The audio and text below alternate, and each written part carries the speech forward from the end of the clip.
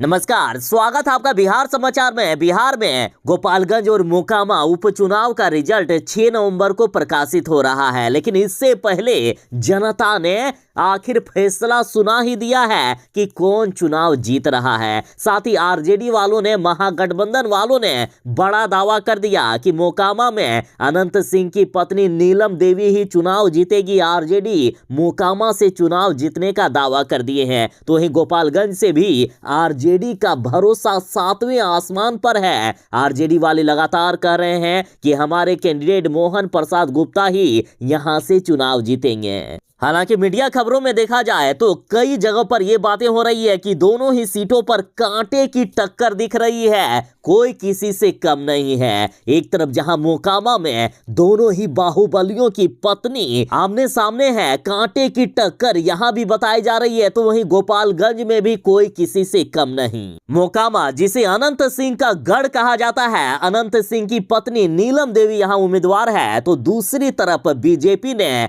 जदयू के ही नेता ललन सिंह की पत्नी सोनम देवी को उम्मीदवार बनाया है। देखिए, आरजेडी वाले जब मोकामा में अनंत सिंह की पत्नी नीलम देवी को उम्मीदवार घोषित कर दिए, तब बीजेपी वालों ने मौका देखा। वैसे बीजेपी वालों के पास कोई चेहरा ही नहीं था जिसे ये लोग मोकामा से चुनाव में खड़ा करते। तब जब यहां मौका देखा गया कि ललन सिंह की पत्नी सोनम देवी को नहीं खड़ा किया गया है, तो तुरंत ही बीजेपी वालों ने ललन सिंह जी को ऑफर दिया और जदयू के नेताओं को ही यहां खड़ा करके रखा गया है। और इसलिए बातें हो रही है कि जदयू के भी वोट बीजेपी की तरफ आए हैं। और एक तरफ जहां बीजेपी वाले लगातार प्रशासन पर आरोप लगा रहे हैं, लगातार सरकार पर आरोप लगा रहे हैं, तो दूसरी तरफ महागठबंधन की पूरी टीम यही कह रही है कि दोनों ही सीटों पर इतिहास रच देंगे, सारे रिकॉर्ड टूटेंगे और बीजेपी की जमानत जब्त हो जाएगी। तो वहीं जनता की बात करें और तमाम एग्जिट पोल की बात करें तो लगभग एग्जिट पोल में आरजेडी की ही जीत दोनों ही सीटों पर बताई जा रही है। तो वहीं मीडिया वाले जब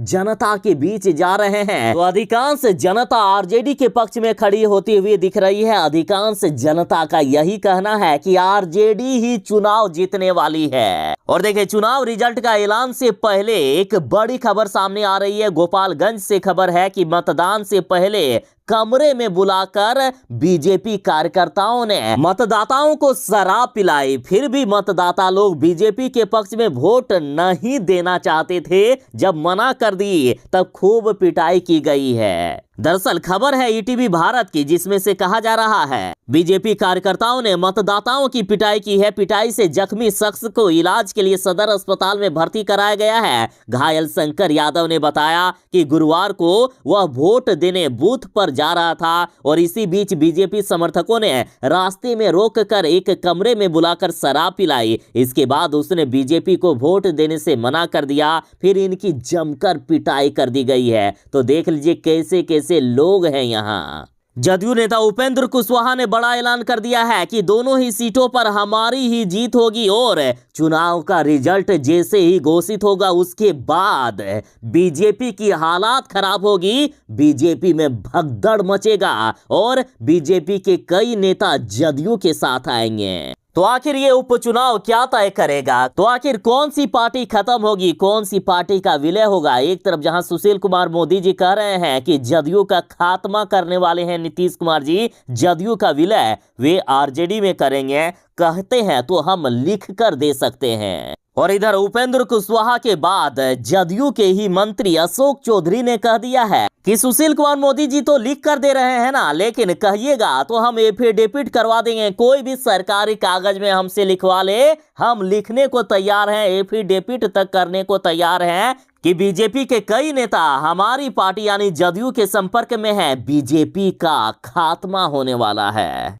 बिहार में गोपालगंज और मोकामा 2 सीटों के चुनाव का रिजल्ट आ रहा है और इसी बीच एक बड़ी घोषणा हो गई है कि बिहार में फिर से उपचुनाव होने वाला है। बिहार की कुडनी विधानसभा सीट पर उपचुनाव का ऐलान हो गया है। इस सीट पर 5 दिसंबर को वोटिंग होने वाली है और 8 दिसंबर की तारीख निर्धारित की गई है काउंटिंग के लिए। यानी कुडनी विधानसभा सीट पर 5 दिसंबर को वोटिंग होगी, 8 दिसंबर को चुनाव का रिजल्ट आने वाला है। और बड़ी खबर तो ये है कि यदि दोनों ही सीटों पर इधर आरजेडी चुनाव जीतती है और कुडनी विधानसभा का भी सीट यदि आरजेडी के पक्ष में आता है तो राजद मुख्यमंत्री नीतीश कुमार की पार्टी जदयू के बिना ही सरकार बना सकते हैं। राजद बिहार में महाशक्तिशाली पार्टी बन सकती है। तो ये थी फिलहाल तक की एक बड़ी खबर। और हाँ, अंत में आपसे सवाल कि आप क्या चाहते हैं, दोनों ही सीटों पर किनकी जीत होनी चाहिए, मोकामा में आखिर कौन जीतना चाहिए, गोपालगंज में कौन जीतना चाहिए, अपनी राय भी कमेंट में जरूर ही दीजिएगा। और साथ ही आपको मैं ये भी बता दूं कि हमने भी सवाल पूछा था कि गोपालगंज में कौन चुनाव जीत रहा है। तो देखिए, आप में से 6,800 से भी ज्यादा लोगों ने वोट किया है और जिनमें से 86% लोगों ने कहा है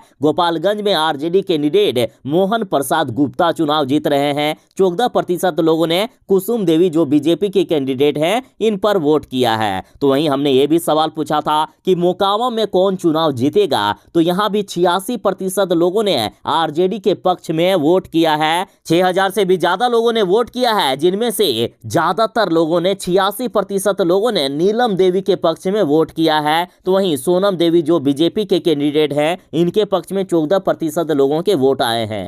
तो ये थी फिलहाल तक की बड़ी खबर। चलिए मिलते हैं बस थोड़ी ही देर में नई खबरों के साथ, नई अपडेट के साथ। तब तक के लिए दीजिए इजाजत। बाय। जय हिंद। भारत माता की जय।